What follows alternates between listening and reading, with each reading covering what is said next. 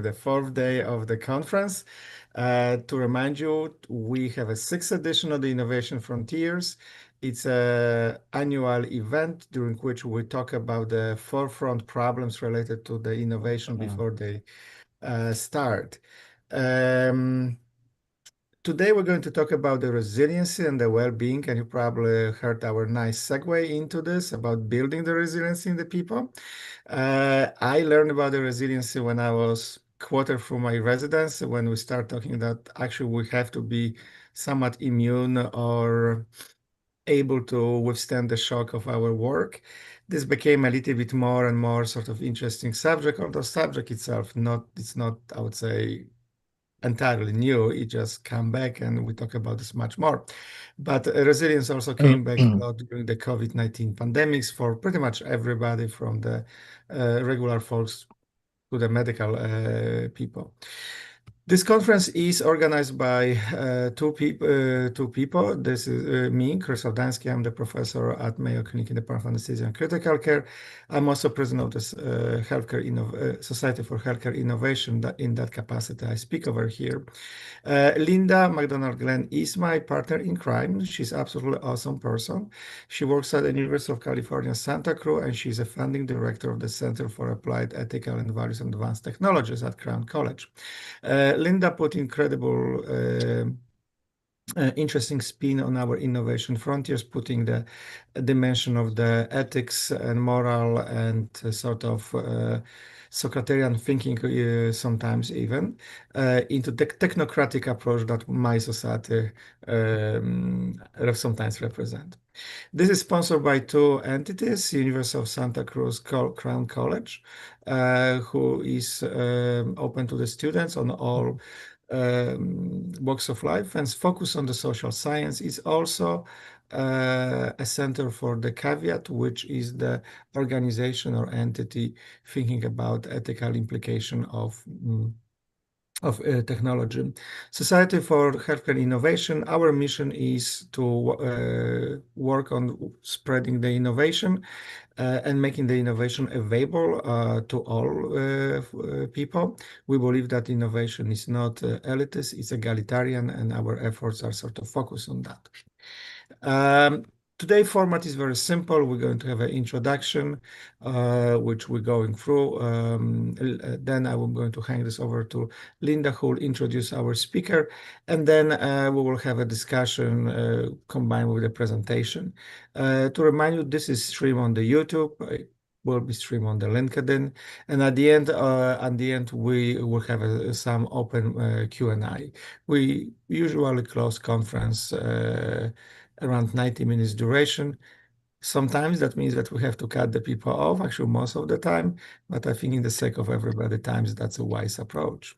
In the terms of the netiquette, we all know since COVID how to behave, so just make sure that you mute your audio if you don't talk. Make sure that your camera is showing the best of you. And the most important part is that please remember that all these conference sessions are recorded.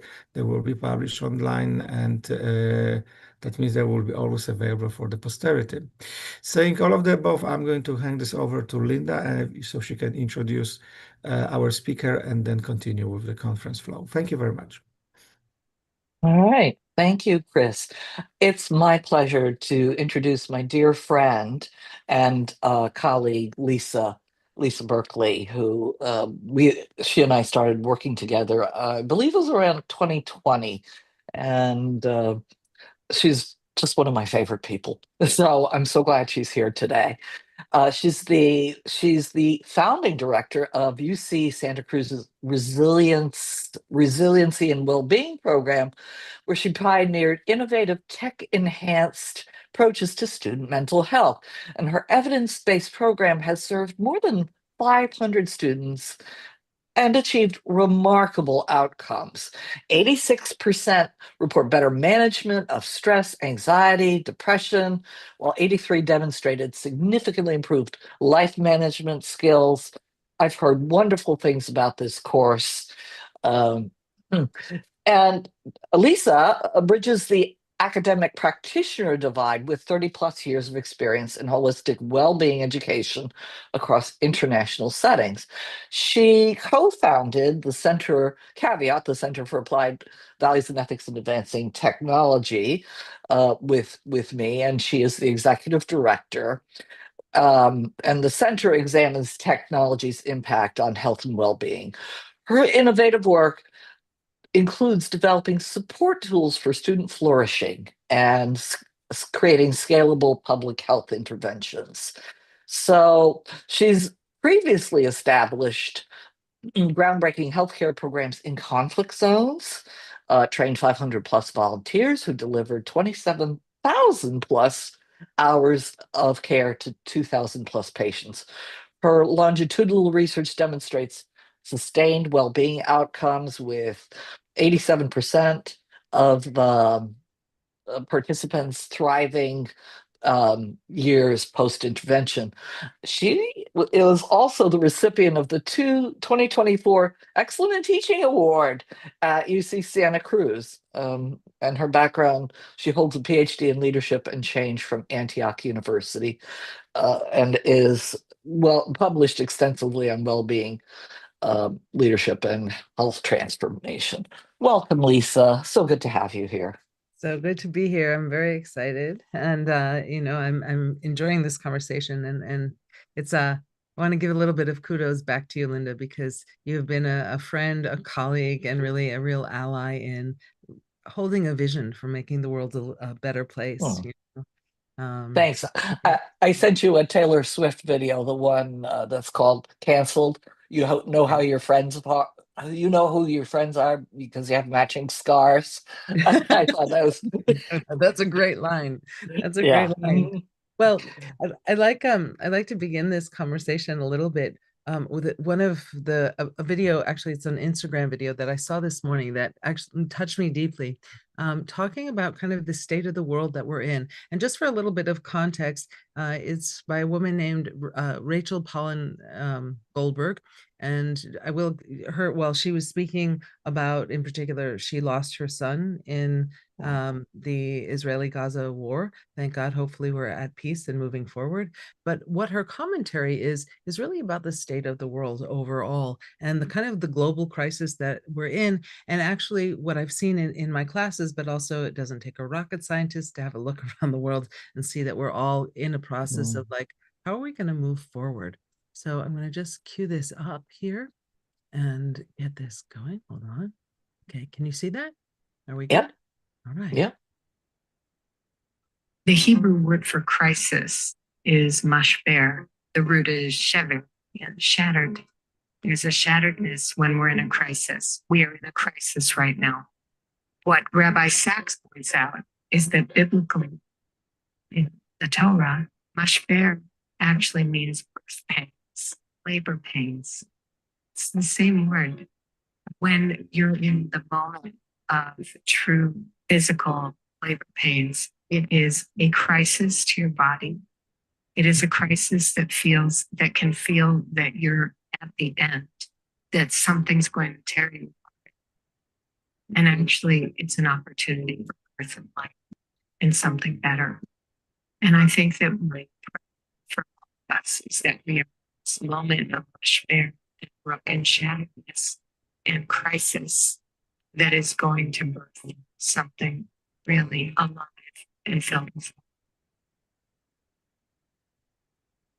Every time I watch it, it brings tears to my eyes and just gives a sense of hope. You mentioned in my introduction, I have 30 plus years of working in alternative healthcare, meditation, and some mediation. And there's a line that we always talk about, which is the healing crisis, where things get worse before they get better. And if you think about it, yeah, even when you have like a little cold, there's a moment when you're like, oh my God, I'm going to die, and like, make it go away, Please. And so, that's also the opportunity where things get better. And what we know also in pretty much every spiritual teaching is that it's darkest before in the dawn, right? And so we know that, and that's inherent within our consciousness. And so the invitation for us is to shift from our fear and sense of overwhelm to, can I have hope? And how do I find hope? And what do I need to access in order to do that? And um, the courses that I teach at UCSC, both Crown 81, which is Theories and Practices for a Purposeful Life, and then Crown 181, which is Theories and Practices for a Purposeful World, really first, the Crown 81, it looks at who am I and what makes me me, and how do I wake up to become the best version of myself. And then 181 is, okay, I've learned the tools to become the best version of myself. Now, how do I build a world that reflects those kind of values of peace, joy, kindness, care, all of the things that universally speak to the goodness that we're looking to achieve. And so with that, though, hold on, I'm looking to see here. I see there's a couple of notes in the chat, so I'm going to put a pause for a moment. Linda, is there something that we need to check in? What is it? Tech support. Powell is asking. Okay, a chat. Okay, hold on one second. All right, so maybe what I'll do then is I just can. Oh, he raised his hand. All right, hold on. Let's see if I can do this. Attendees. There he is. Some text. Okay, allow to talk. How do I make you a promote to panelist? There we go. Okay. You should be able to. There we go. Okay. I'm curious what we're making reference to. Oh, what happened was somehow Chris got the president got bounced out into the audience rather than in the panel. So here he is. Welcome back. My computer crashed, so I'm glad that you were co-host. System worked. Okay. Okay. All right. Awesome. So let's see. Where were we? Where are we? Oh, yeah, we were talking about well, we're talking about resilience and how important it is in the middle of a crisis to start building in your inner strength. Right, that you really want to do that. And what, hold on one second. What I was thinking about, and one of the things I wanted to share with you is that I built a model. So for years, let me give you a little bit more about my background. Like I mentioned, or you mentioned, I have 30 plus years in holistic health and well-being. And I wound up going to work in Israel and Palestine back during the second Intifada, which was the late 90s to early 2000s. And what we did there is instead of looking at war and trying to say we're going to focus on peace, instead it was, what is the world you want to build? And starting to look internally to see who you are, what makes you you, and what are both your values, your morals, and also what are the collective ethics, and how is that reflecting? And ultimately, when you start looking internally about what your true values are, and you start seeing that you prefer life to death, then the reality of which you're working becomes a little bit different. And so ultimately, out of that work, we had profound changes in the program participants, because we built this whole program there and working with both Israelis and some Palestinians. And what we saw after doing the research, about 10 years after people did the program, about 83% were still feeling hopeful despite ongoing conflicts and such. And we realized that there was something to what was being taught, which eventually evolved into this model that I built called Inner Economy. And what I'm going to do is I'm going to share a little bit of it. Hold on one second. So Inner Economy is based upon 9 key intelligences. And hold on, I'm wondering if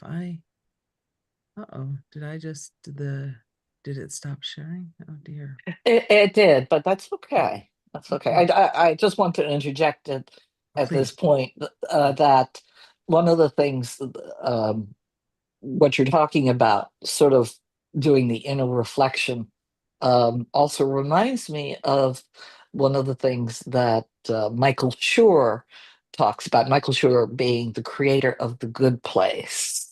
And and I use his line. I wish I'd thought of it, but I didn't. I have to credit him. He says much. He says much of ethics, but I think it's also much of growth, whether spiritual, emotional, is just asking yourselves several questions, which is, what are you doing? Why are you doing it? Can you do something better? And why is it better? Mhm.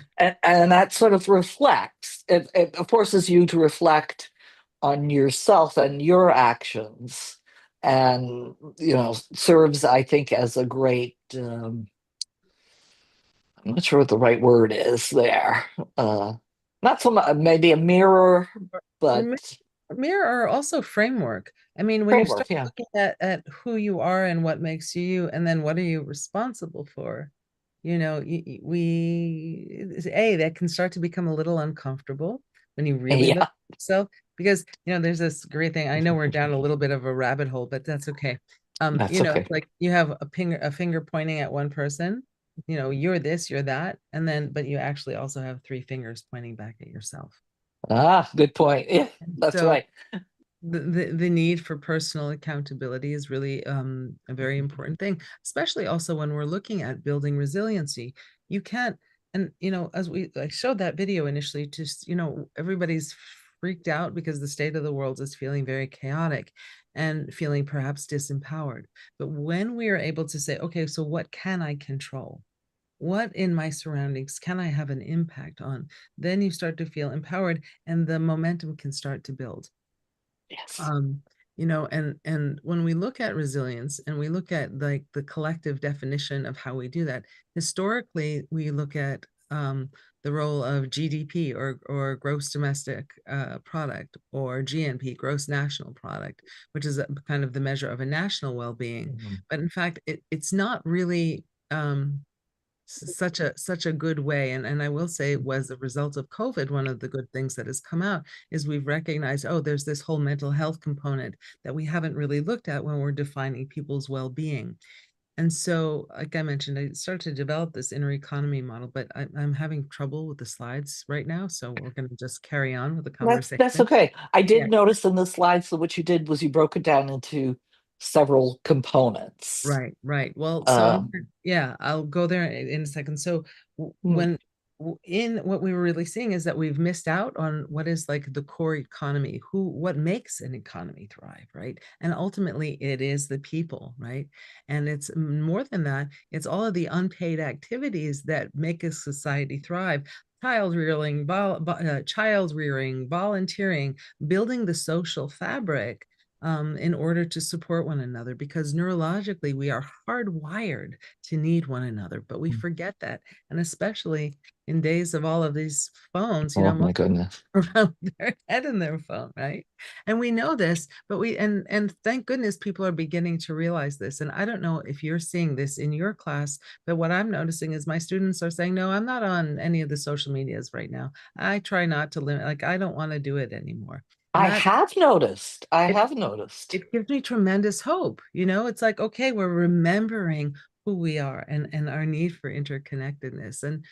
And so what ultimately happened with all of this sort of reflection and recognizing that we have to find a way to bring a focus on the innerness, on the well-being, on the inner aspects of a society, which is really the people. But even more than that is inside the people, what makes us thrive, and what are things that we can look at that can better help us identify how we function. And so when we start to change the way the world measures prosperity and look at the instead of the external but the internal, then we start to get a new way of looking. And so the inner economy model, basically, it's there's two definitions. On the individual level, right? It's defined as the inner resources one gains, uses, and loses in the exchanges of daily life. And it helps create a separate valuation from the external definitions, like separate from financial wealth or others' perceptions, right?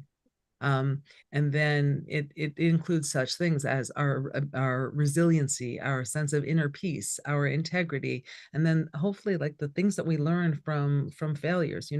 Google has done a great job, although I wish more people would embrace this knowledge that failure is not a bad thing. It's a really good thing, because you start to learn from it, and then you can say, well, how can I do better? And then there's an aspect of self-actualization that occurs, and hopefully dignity as well, because when you respect the failure and you respect what doesn't work, you can further develop what can work, which ultimately provides like a sense of value and meaning in life, regardless of the external circumstances. And then when you're feeling overwhelmed, instead of feeling broken from it, it opens up the possibility of what can I be, who can I be, and what's the world that I can create. Rebirth. You would say maybe a rebirth, or Yeah. reinventing yourself. 100%, 100%. And that can change, in any second, right? Oh, sure. Decision, 100%, right? Right. When we look at the inner economy model, there's like 3 phases to it. There's the input phase, which is how you take in information. And then that's broken down into 3 different intelligences: the somatic intelligence, which is the wisdom of the body and the knowledge that the body has. And that includes the genetics. So, and this is going to impact how you perceive the world too, how you take in. So it's your genetics, but it's also your epigenetics, which are how your thoughts impact your physiology, and then how that then impacts your emotions, and then how you respond to the world. But if there's a term some of the indigenous cultures refer to as blood memory, which is not just Ooh. the DNA, but it's also the music, the culture, the art, the dance, like everything that is not of the physical, but a reflection of the culture. And so Wow, that the intergenerational, what's the word you would say, essence, perhaps, or a collective memory in a sense. Right. Collective memory, which is both the intergenerational or transgenerational wisdom, both, a lot of people like to talk about transgenerational trauma, right? And we see that with, especially in the Holocaust or war, like whatever, some of the traumas that have occurred for generations throughout some of the nations, or really anywhere, right? But in addition to the trauma, there's also the wisdom. And we want to be able to tap into that and bring that forth a little bit more. So that's all of that is written in the body, and more, even Western medicine is beginning to understand that our body carries a wisdom in it that we can access to change, right? So that's one. You did an exercise with with me, and probably you do with your students, where you have people hold their fist, right. And once you hold it long enough, it becomes much more difficult to unclench it.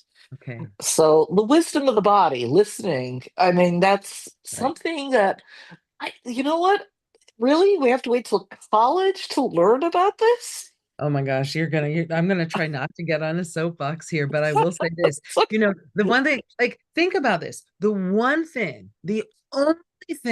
that you have with you through your entire life is your body.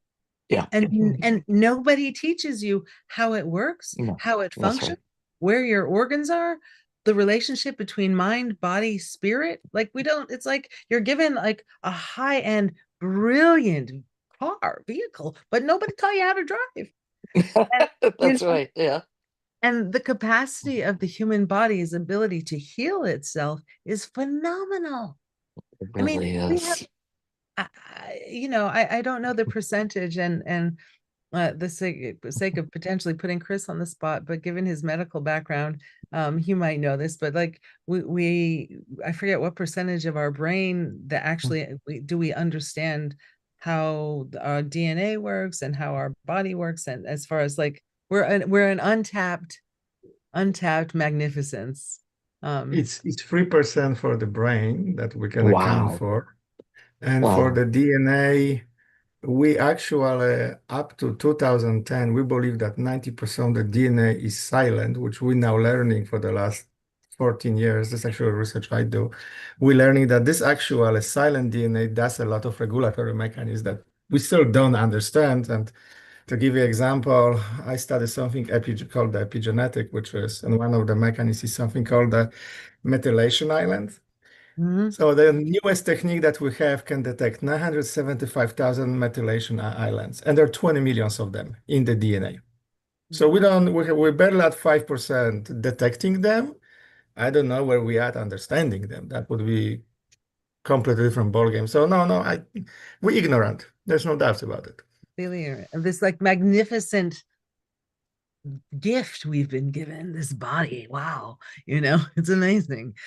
So that's the one piece of the somatic intelligence. But two, all of the parts that we don't understand is what we are defining, or I've been defining through inner economy, as our spiritual or perceptual intelligences, which is all of the things that we sense and we feel, but we don't have necessarily language for it. So for example, we all have the experience where we can walk into a room and not even know the language being spoken, but be like, oh my God, I have to get out of here. Like something's going on. It doesn't feel good, right? But nothing has occurred other than you walked into a room, right? Or you can walk by somebody on the street and pick up something, intuit something about that person. Or you can be fine, walk by somebody, and suddenly you feel like crap, and it's triggered something in your brain because maybe they reminded you of something, or who knows what. But we're constantly picking up all of this extrasensory stuff. And I believe more than 80% of the decisions we make are based on non-cognitive, non-logical linear thinking for how we make decisions. So, or information on that. So it's a whole part of it that would go, I would venture to say, if we're only understanding 3% of the brain, then what's going on with the other 97%? And what's all of the things that we don't really understand yet, right? Right.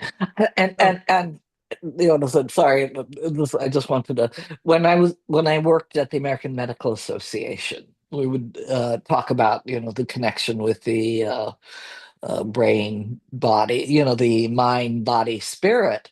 And I heard a student on campus the other day saying, well, if you think you're going to be fine, you're going to be fine. If you think you're ill, it's going to make you ill. Well, I don't know that's a little bit It's a little uh, extreme, but a there's little some, extreme. right. But for example, one of the things I learned when I was working at the vaccines work whether you believe them or not. Believe them or not, our body responds, and sometimes I think it is individually, but also collectively. Yeah.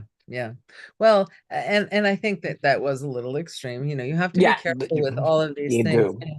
do. Especially when you think that our attention span is what, like under 3 minutes at this point, and so everything's getting cut down to a shorter version of it.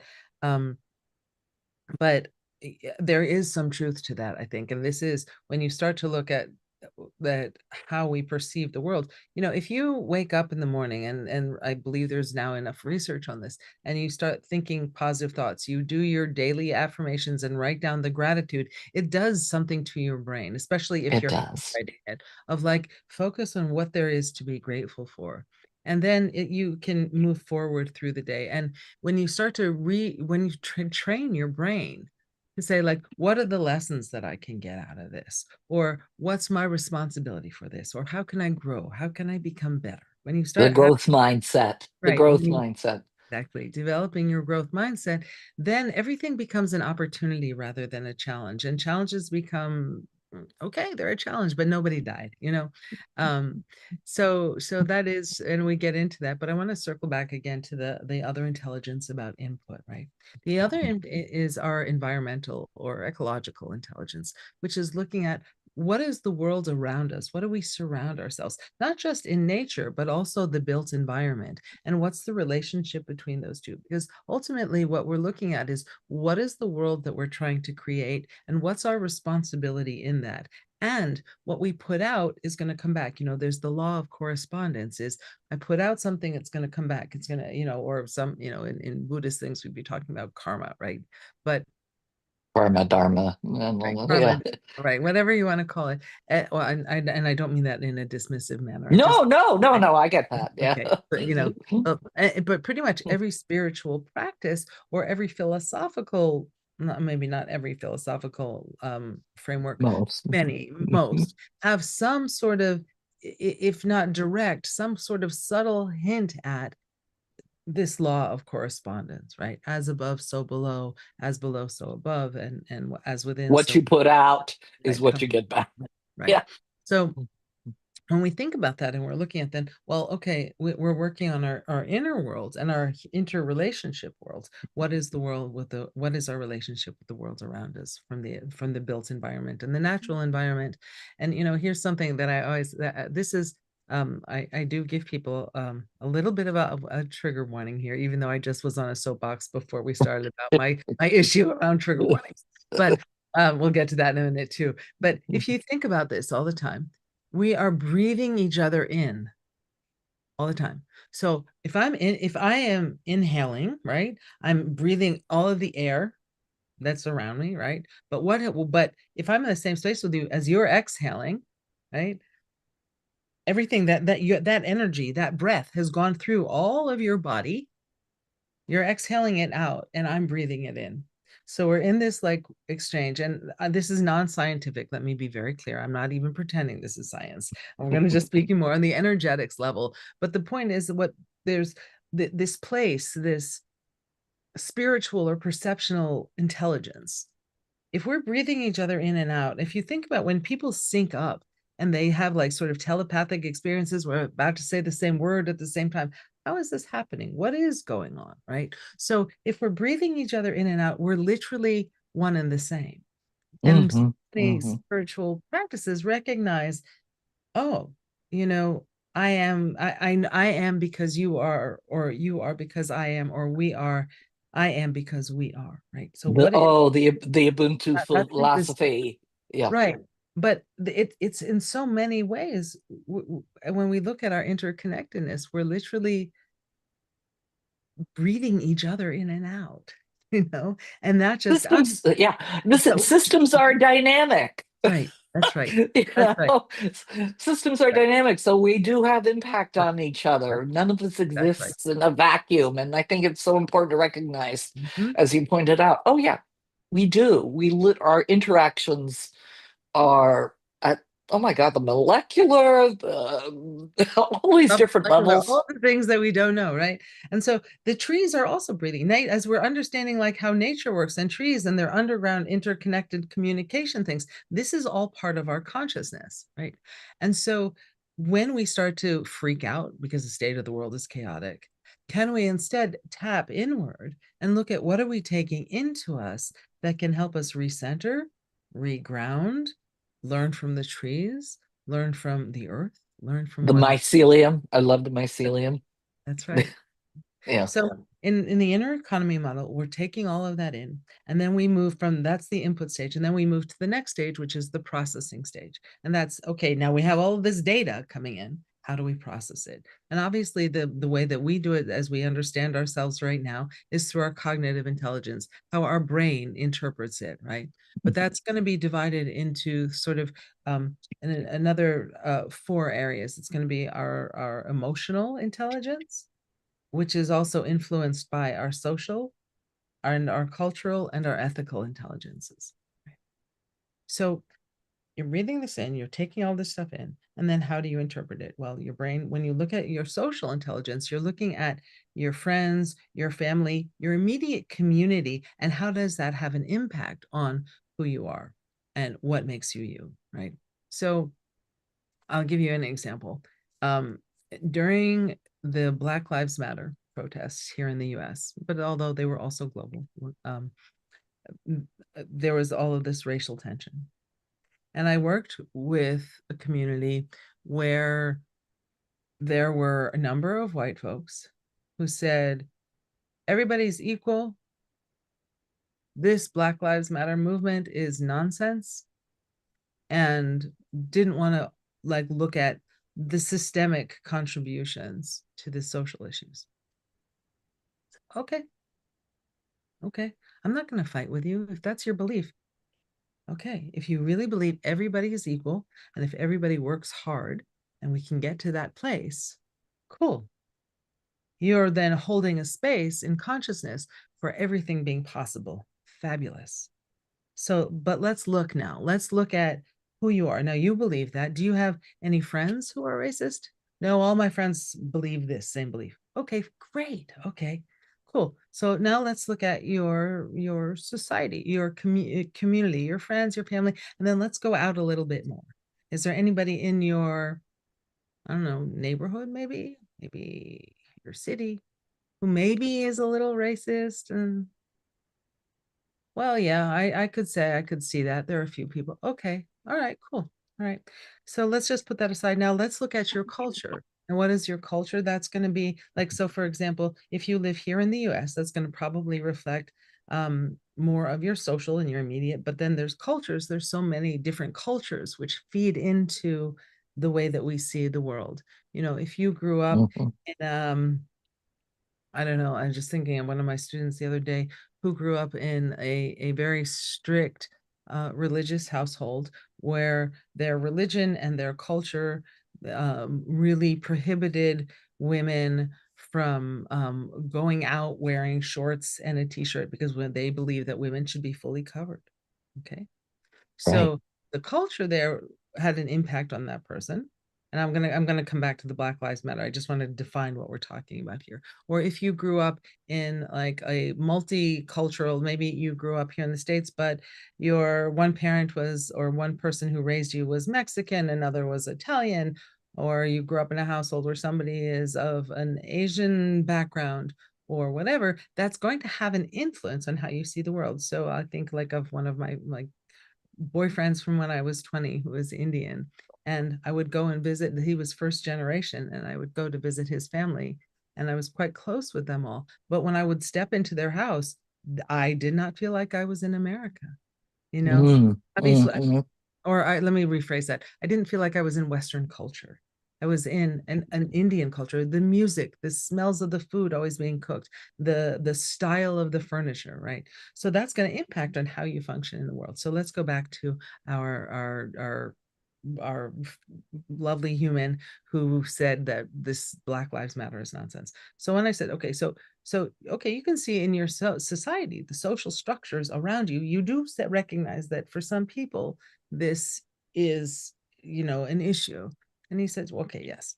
Okay. And then let's look in the different cultures that are within your society. Is there racism in there? He could say, yes, there are. So now he's engaged with me about the recognition that, okay, maybe, in fact, there are some systemic racial issues. Now he's bought into the conversation. And we're not making him be wrong because he's not wrong. He's like, he's living his life. Okay. Does he see the world differently than I? For sure. Absolutely. But what I'm looking to do, and what I think many of us are trying to do, is like figure out how we can come together to work through our differences to get to the same outcome. Because most people generally, within reason, want the same positive outcome for everybody. They just want to live a decent life, want to be able to take care of their friends and family, have something pleasurable, have good food on their table, sleep well at night, and contribute to the world in a meaningful way. A good life. Right, a good life. Yeah, exactly. Right. Yeah, And yeah, so, yeah. yeah, so what happened with him? So we said, okay, so we've looked at now your social intelligence, and then I would say, how do you feel now that you're recognizing that this is a problem, even in your circles? And he said, like, oh, I feel calmer now. Because what was happening was, if you recall, the racial tensions were so great. And if you're in a defensive mode, you can't have any kind of rational conversation. Like you can't, I mean, going back to the work that I had done way back when, and what started this was, how the heck are you going to build peace when every person within a nation is, their nervous system is like fried high and they're on defensive mode? You cannot come to any peaceful resolution long term if We were you're both just, yeah. ready, right, to fight. So we have to like bring it down. We got to deal with issues around PTSD or trauma or whatever it is, and then try to negotiate to move forward, right? We just covered this too, in at least in my section of the class, about disinformation, about Mm. about how it is about there are certain strategies, disruption strategies, find a crack, press on it. people who want to create chaos. But if you can remember that and be centered and say, this is what's happening, Right. you know, the awareness, I think, can go a long way. Absolutely. Absolutely. So where was I? So what happened is when this gentleman in particular, who really was in a lot of conflict within the community, and without getting too into who's who, what's what, he was actually a policymaker, right? And so he had a lot of power in this context. And so he said, like, okay, so now you're actually seeing that this is a real issue, and you're saying even within your own circles that it's an issue. So now let's look at okay, and you are starting to feel better and more calm and open for conversation when you can actually see that it exists and that people are not saying you are, because we're gonna like, you're fine, you're good how you are, but how do we work through this, right? Okay, we look at what is the ethical intelligence. Now, again, and I'm speaking to the queen of the reminder of this, but like there's a difference between ethics and morals, your morals being your personal values and the ethics, the agreed upon values, right? And so let's look at what is the society saying? What are the ethical intelligence pieces that we're working with here? And how do they align or not align with your personal morals and values? And then let's get clear on that differential, because once we're clear on that differential, then we can actually relax a little bit into the space and then have better conversation. And so by the end of this process, this like very, very, oh, I can't curse, right? Okay.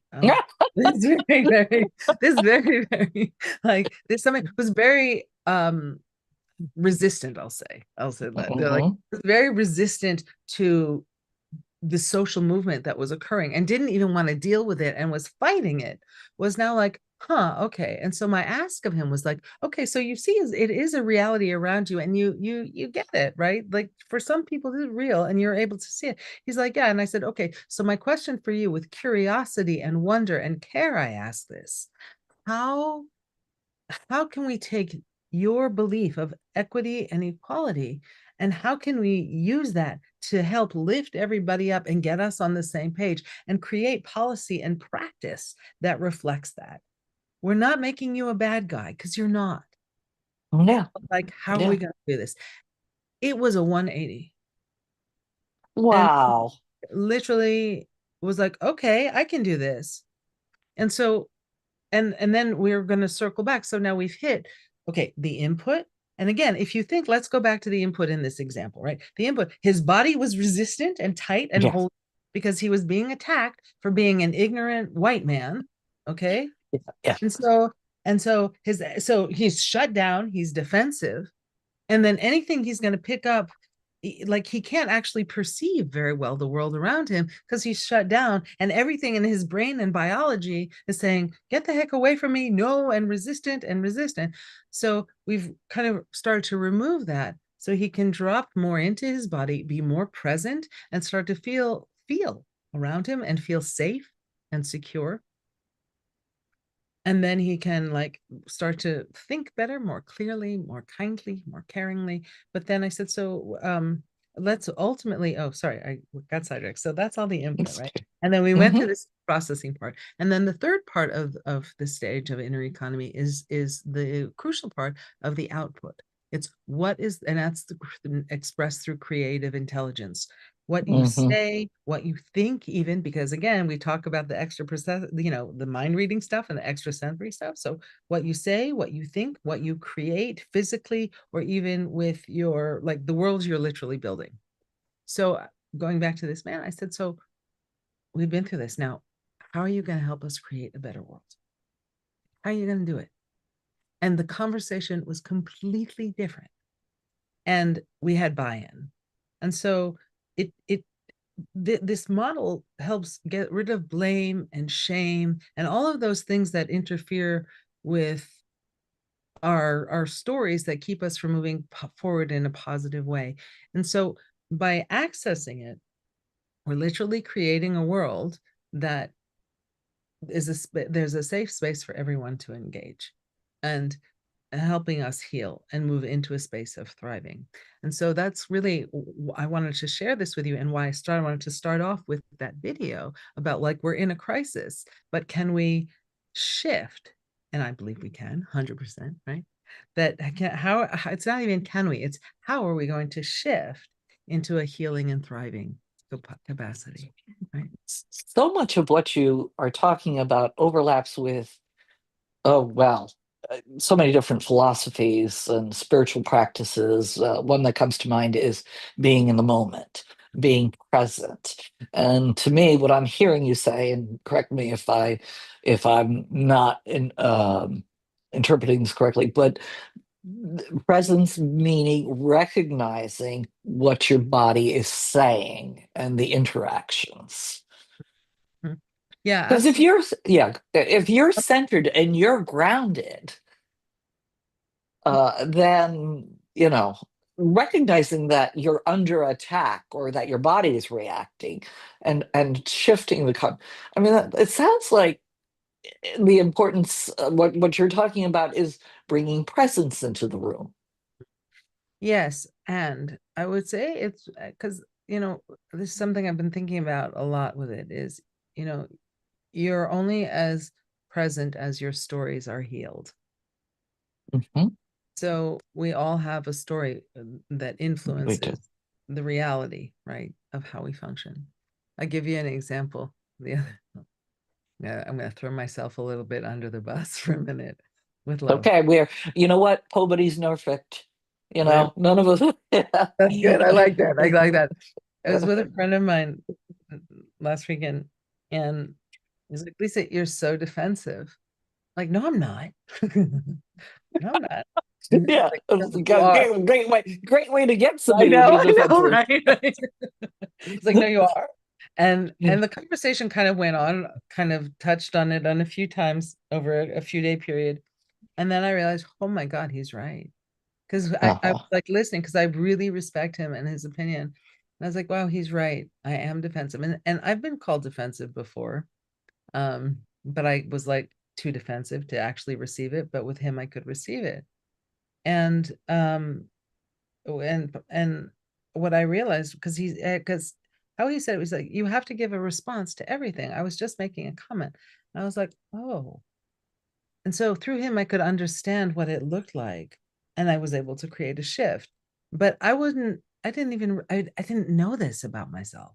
Right. Right. So No, I mean, I, it's a learning process all the way yeah, through. And very humbling one sometimes, too. yeah, it's a reminder that sometimes you do not have to respond. You just Right. have to listen. I know. So Chris I has his see. hand up. Exactly. Chris has got a hand up. Go ahead, Chris. A statement, I am a hardcore physician, but I'm also Jungian psychologist. Oh, So okay.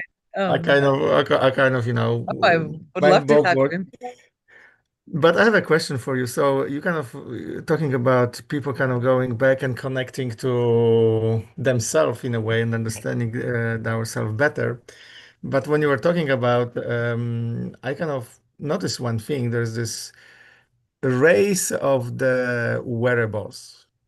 And when you were talking about it, I was just wondering, are we like using Wearables. technology What? to quasi connect to ourselves back in some kind of prosthetic way to pretend that we understand our body, right? The medicine is kind of digital, it's very reductionist in a lot of ways. And I can just imagine, I was part of the study that we put like a special sensor on the arms, and they were telling us our well-being. That was just pretty much a skin galvanic response with a bunch of other stuff, but it generated these very colorful graphs that I use sometimes to explain what happened to me when I work in the ICU. But then I look at this and I'm like, yeah, it looks angry, it looks whatever. But the problem is that it's still it's a prosthesis in the way, because do you really connect using those things with with your own body, or you need to do the work, the self-awareness work that you mentioned? I'm kind of curious, what's your thoughts about that? I think I just had this conversation recently in one of my classes, actually. Hmm. I think that the wearables are good flag posts Mhm. signs to recognize, but you have to do your work. You have to be aware inside. You know, what is it? No, if I'm understanding your question correctly, like if I notice through my wearable that my heart rate has gone up, right? Well, what do I do with that information? Did it go up because I fell in love? Did it go up because I was super stressed? Did it go up because I was out running? You know, like what is it? I think that the wearables serve as a great place for questions, I think. But I think it no, well, I was gonna say no machine is gonna know us as well as we know ourselves. But also I could argue that on either side now that I say that out loud. I think I think it's a relationship. What is the technology? What is the wearable telling me that I should pay attention to? And then what do I need to pay attention to separate from the wearable? Because there are lots of things that the wearable doesn't track. And to your point, if we only know 3% of our brain, that really is going to mean that we can't know much more than that really about how our body is functioning. We can't. And so the wearables are only going to detect what our understanding of reality is because our consciousness made those wearables. And I think that there is one of my concerns with the wearables is not just about the dependency on them, but in what way is it preventing us from better knowing ourselves? You know, Because we can't be reduced to numbers. well, we can't be reduced from numbers, but if I feel like as consciousness changes more and more, and we allow ourselves to be curious, we have so many experiences that we don't necessarily have language for, that Yes. we can possibly develop the language for it, right? If we let ourselves be present with it. You know, we're so caught up in getting distracted by everything, the data, the technology, the numbers. We're missing some of the most exquisite parts of being human. We're so afraid of being bored, but yet bored is where innovation and creativity arise from. And Right. so I think, you know, wearables have their place. I mean, I was saying, you know, I've got my watch, I've got my ring. Mhm. They're incredibly helpful. They're helpful in reversing, you know, I had during my PhD journey, I gained a ton of weight and I developed type 2 diabetes. And at the same, and then from there I went into being in local government, and basically my average sleep per night was 3 to 4 hours for the better part of 10 years.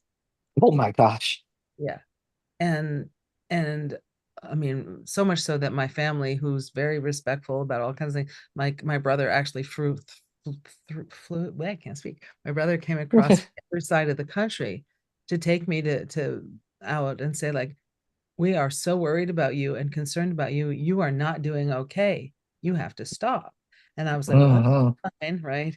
But then I wound up getting my watch, which was my wearable, tracking all this data. I'm like, oh, okay, maybe I'm not awake.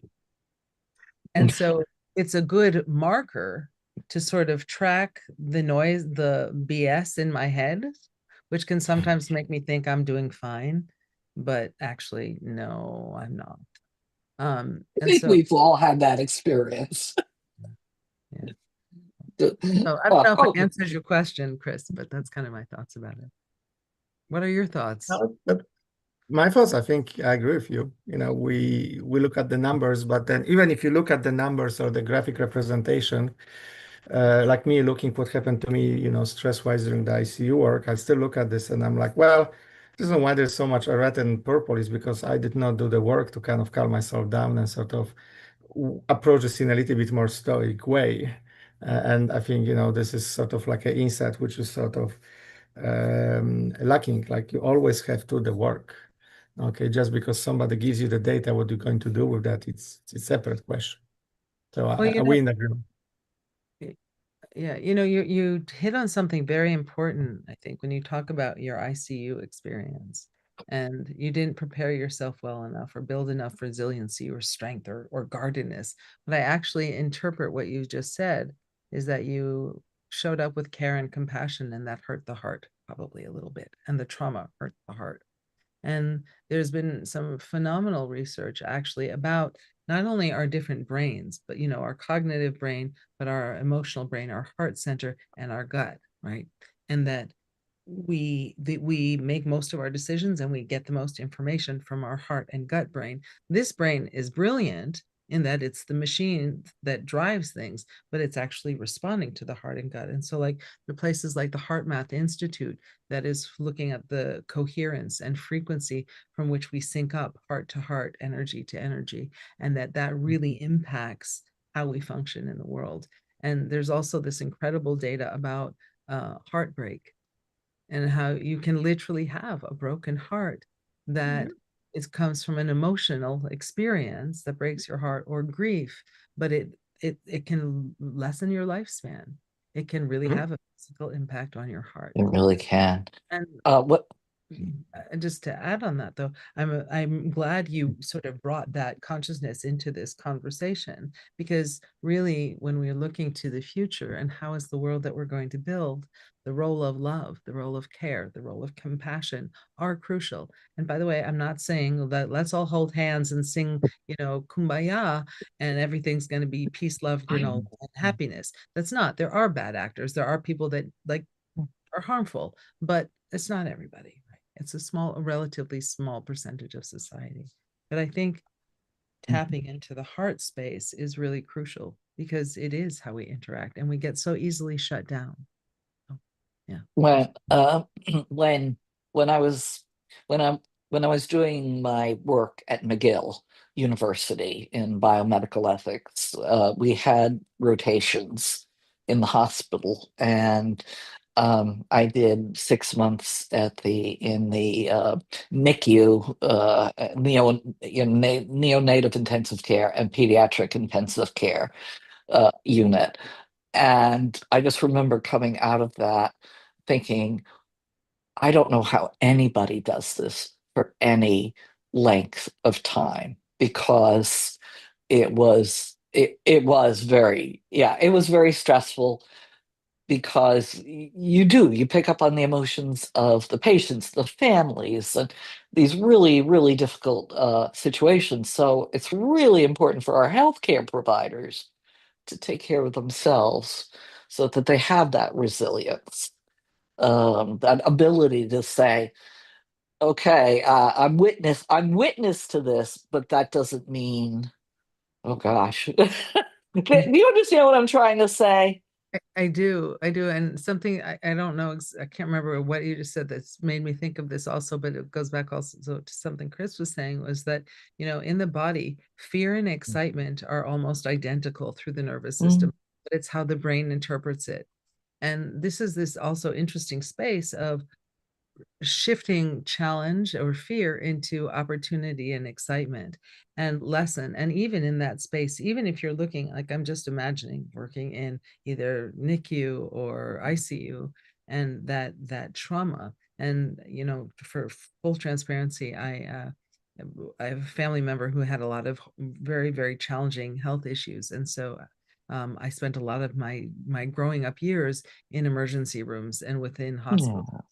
And what I can say is that if you can stay present in your heart and transform, like hold a space of hope and care, and recognize that you can just love and have compassion, it also helps you start to think about this space of life and death, right? And also talking about building a resilient world, and we're talking about the state of the world that we're in now. This is ultimately, what are we most afraid of? We're afraid of dying, maybe, or not having meaning and not having contribute. I mean, I've had the very sacred honor of being with probably over 50 people as they've died. And in the last parts of their life, it's always about the connection, and it's always about meaning. And so when we're in places of trauma and we're in places of fear, and we're triggered or we're wound up or whatever it is, if we can just take a moment to pause and find the space in us where we can care, where we can have compassion, and where we can recognize that whoever is in front of us is in a space where they don't need us to be reactive in a place of fear. They need us to be holding a space of deep care and love.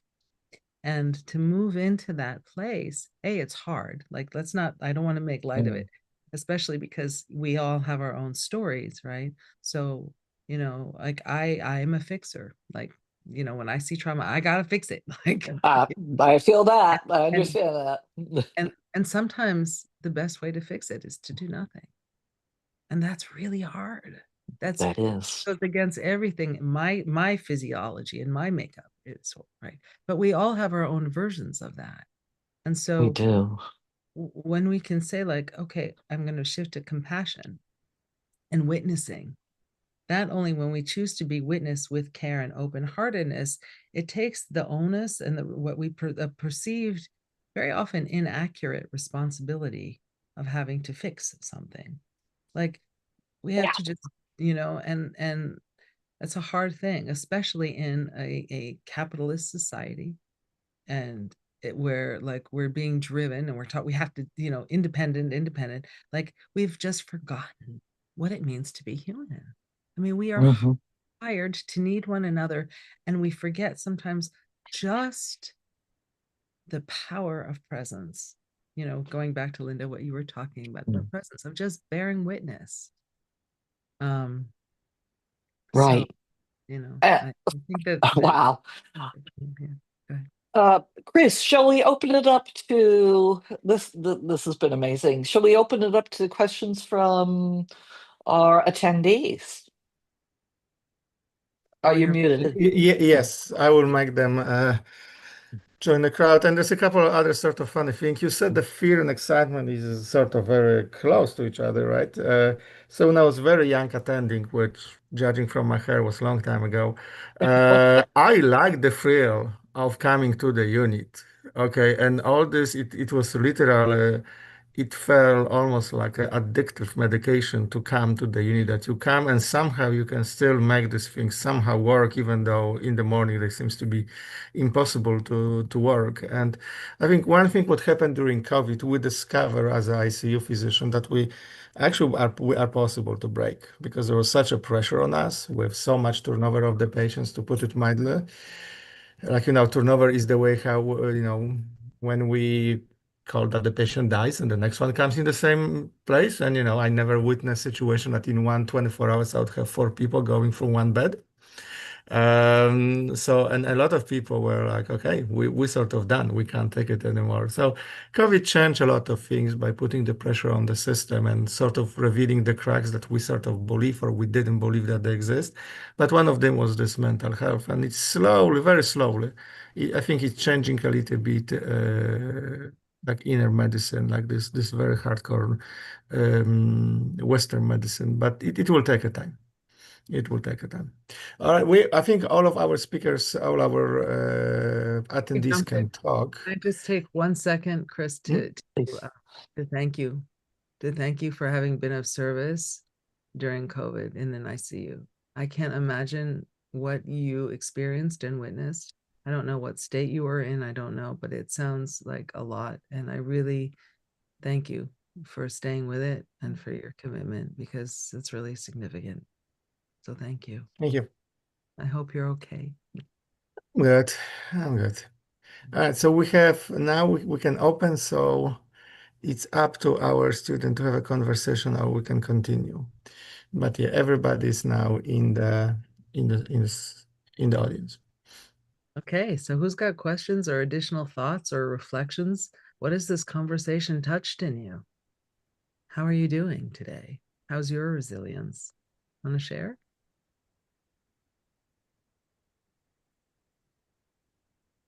Nobody? Well, I've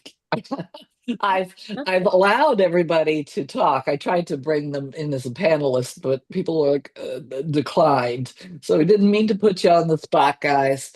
Just we just wanted to invite you into the conversation and see if you had any questions.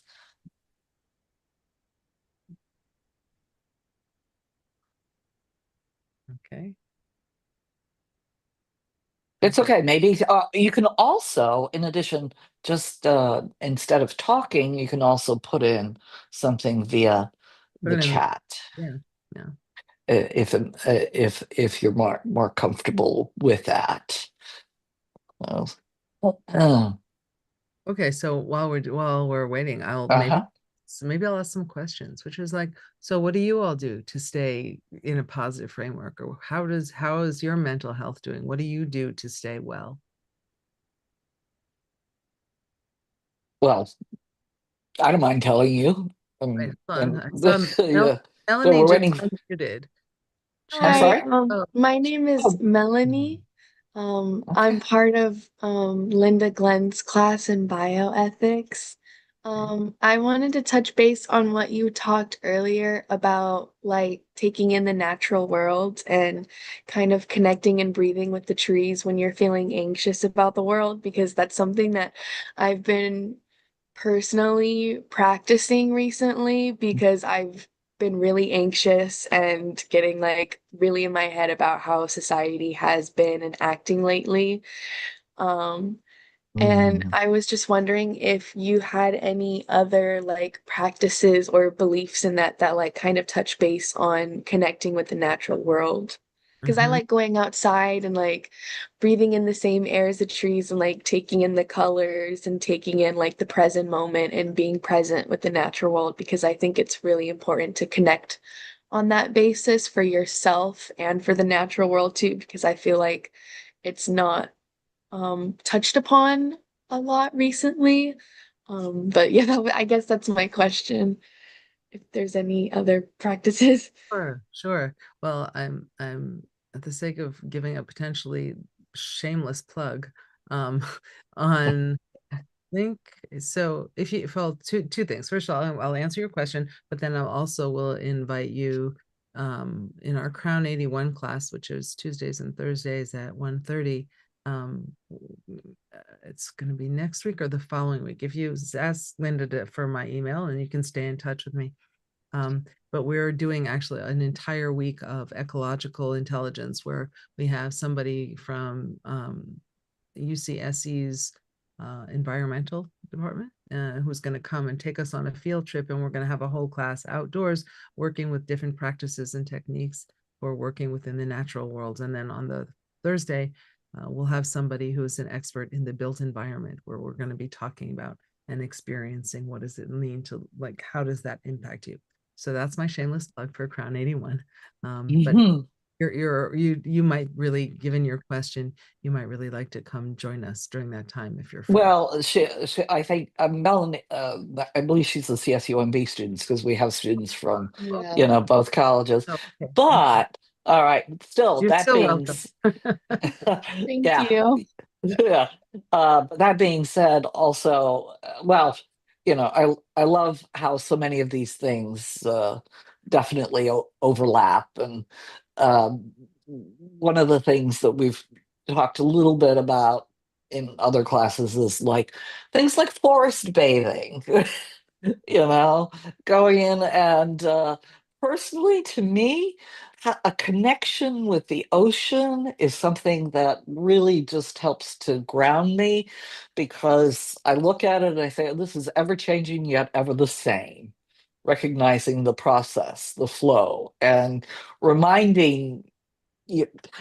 I think for each person, there are different ways to sort of connect with the greater source, for lack of a better word. For sure. Oh, So, now, okay.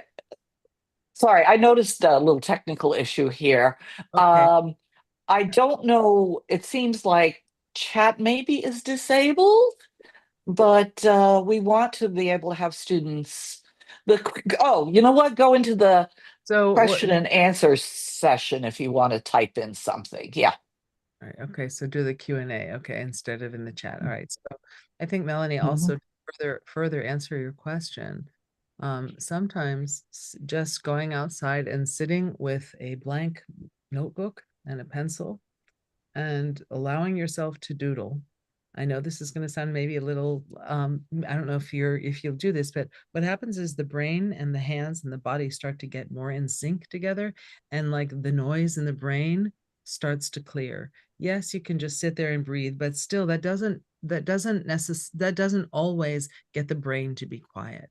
And so much of anxiety and stress and overwhelm comes from the noise in the head, and here's the thing with the troublemaker in the head, the mischief maker in the brain, right?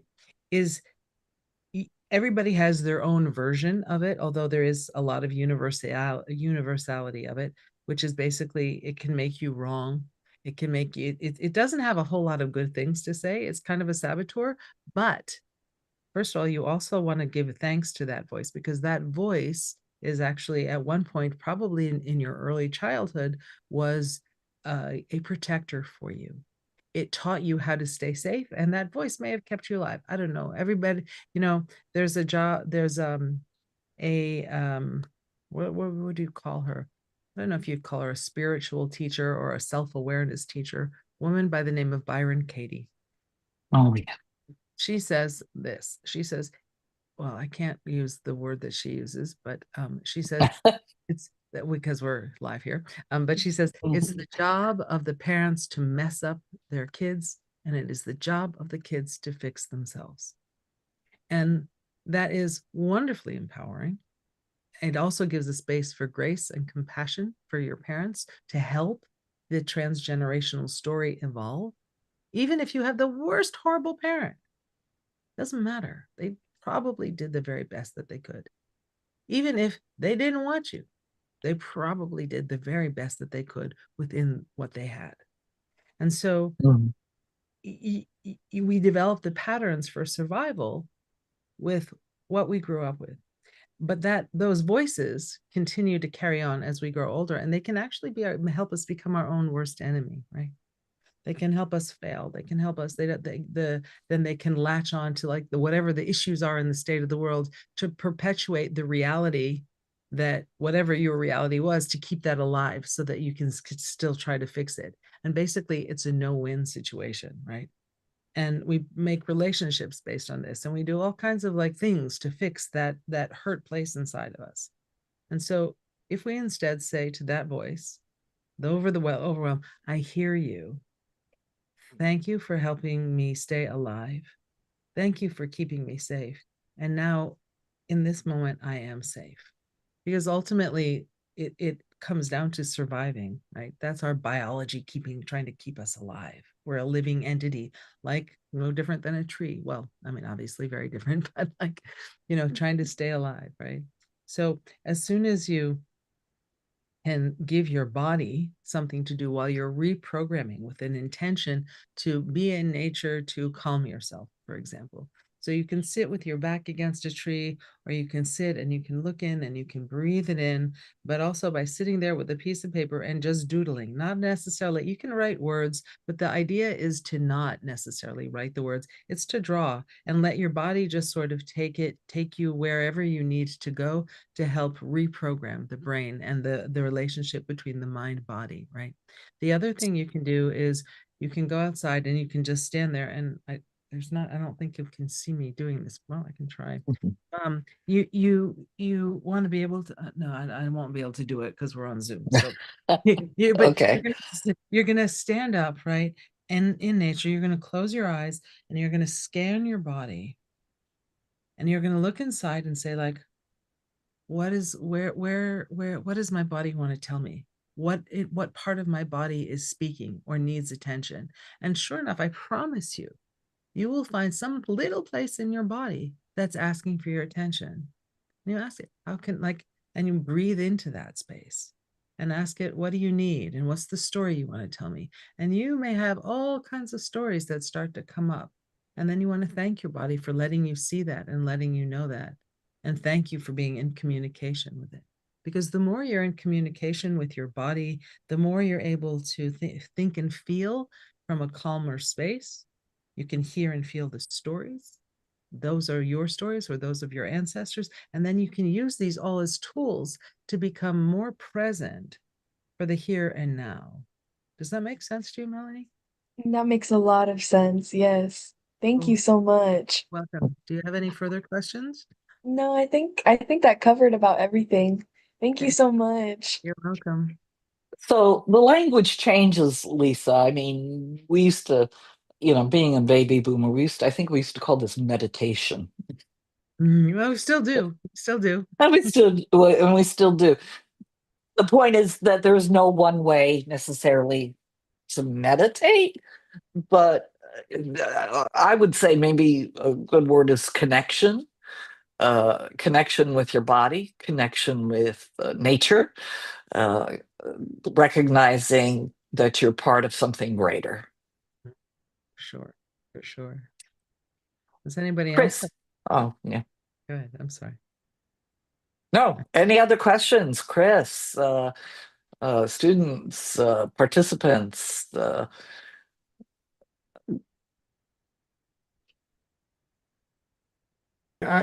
only question I have is I'm sort of afraid that we're talking about connecting the inner self, and the current world seems to be on the mission to pray us apart from our inner self.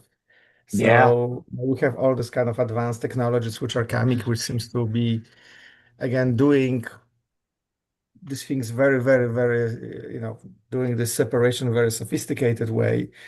And I sometimes wonder how we can, train people to be resilient, so to speak to that sort of influence, right? As you said, the people say, I don't want the social media. That's, I think, the signs of the resilience.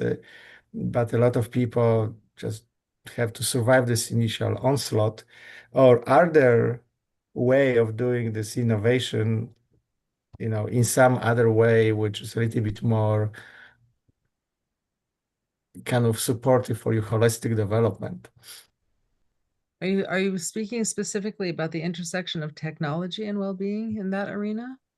Yes, so I have two concerns. Like one, if you look at the social media and you look at, AI and whatever, all of this makes it easier, but in the terms is also detach us with our inner soul. That's number one. Number two, are there specific technological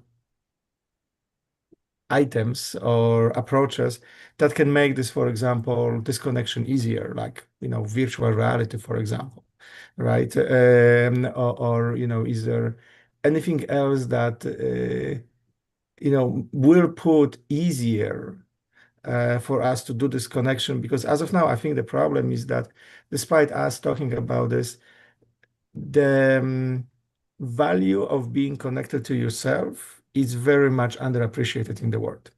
It's not really, it's not really the value that we sought after. So the question, if it's not sought after, then maybe we just need to lower the barriers somehow via technology, some other ways to make this easier. Just kind of wonder about your reflection on that. Yeah. Well, so it's interesting you mentioned virtual reality, and I think so. I have like multiple ways to respond to this, right? But I just want to just highlight one thing. I think that there are some aspects of technology that really are working to help us develop our inner landscape and become more conscientious of it.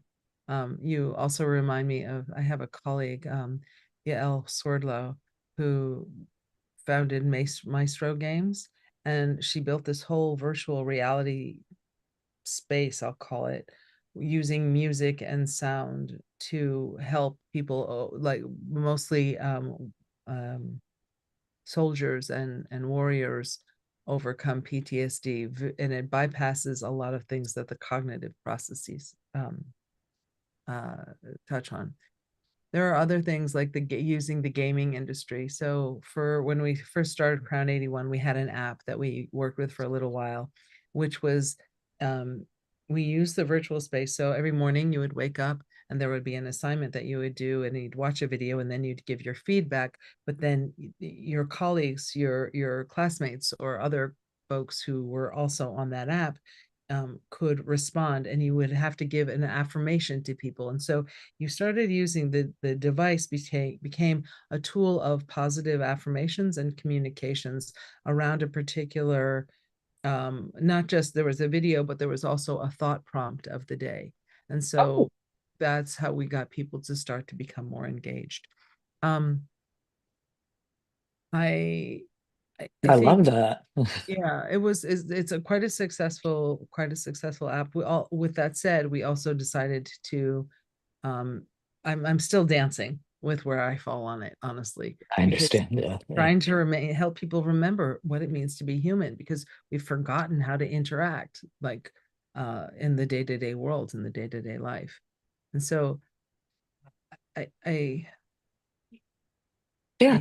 I hear your question, Chris, and I don't know that I actually have a real determined thought on it, other than my path, right, which is I'm profoundly committed to help us remember what it means to be human, what it means to love, what it means to connect with one another. And not only that, in that sense, but also what it means to acknowledge and embrace our shadow side, the difficult things that we have, and how to navigate and work through that, and so that we have less and less of a separation. Because being fully human means being able to have all of that piece of it. And part of my concern is that when it comes to technology, when you look at the games that are successes, they more reflect our shadow side than our kind side, but they're not integrating fully. And so at least that's what I've seen yet. And I just, we're at this incredible opportunity. The loudest, there was I forget which rabbi made this comment, the loudest sound in the universe is that of a habit breaking. Yeah. I had not heard that. I like that. We're really at this moment, and we have to remember is that all of this technology is based on what we put into it and what we give it. And if we lose that consciousness, that's where I think the real problem is, where we give it too much of our own power. And I think part of what we have to understand is, like, where is our power? What is our power? And what do we have the capacity to change around us? And in what way do we want to change it? If I can, yeah, if I can just interject here too. And you started out with this message, how important it is to keep hope, because if you don't have hope, what do you have? Nihilism. Well, yeah, and to that point, I will fight to the death, if you will, on not letting evil and bad win. And Right. And what does that look like? Well, it means, first of all, it means in part embracing it, meaning this is part of, like, I have my own idiotic side. I can own her. She's not my favorite part of me, but she is part Same here. of Me, yeah. All of us, I think. Yeah. Yeah, and I can own that, and I can also have compassion for myself, for where she comes from, and I can have even more compassion for the person or people on the other side of me, because they have to deal with that part of me. And so Yeah. I really, technology, human, where are we going? I think we have to just keep it in consciousness. And some days it does look like, maybe is it a winning battle? I don't know. Well, I think the importance of having hope. One of the things that you and I have talked about, and is that technology is not a fix all. The technology is not going to save the world. It is doing the inner work.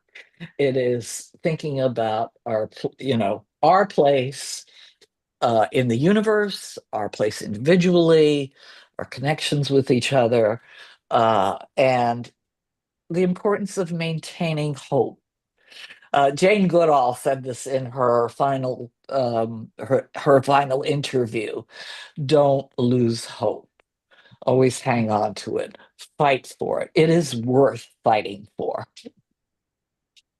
For sure. Well, I think this is a very good completion of our fourth day. Lisa, please don't fight to death, because usually people end up in my unit who try to do that. Okay, yeah, that Into means that. that I would like to be absolutely unemployed. That's my sort of goal in the life, but somehow that doesn't happen. But I think, this is a very good that we can reflect on the fact that, yes, technology doesn't fix it all. After all, world is about us, not about the technology. And I think, when you say that you have a hope, that I think make us from being almost a slave or the puppet of the technology and the people in charge of it in a lot of ways. And I think that's a important statement that we get sometimes exhilarated or intoxicated with the technology. But at the end of the day, this is us who make it happen, make it appreciated. And otherwise, those are just unanimated pieces. Um, I think that was very, very good segues. Thank you very much, Lisa, for your thoughts. Very deep. Thank you very much, Linda, for being reverberating mirror. Sure. One other thing Mhm. too. Mhm. Lisa put into the link, and Yeah. I'll share this with the Maestro Games, Mhm. virtual reality. It looks fascinating. I certainly will share that with the students. Oh, Lisa, if what was it? Do you have an email that you'd like to share in case anybody has any questions? Sure. It's L Berkeley, BERKLEY at ucsc.edu. Simple enough. Simple enough. So, Just watch okay. out though, because especially if you're in California, it'll try to spell Berkeley like the city, and that's not how it is. That's right. That's right. Oh, thank you so much Thank you. It's such a for pleasure to speaking meet this you. today. Thank you. Okay. Thank you And very look much, forward. everybody. All And I right. see you tomorrow then. Perfect. Bye bye. Bye-bye.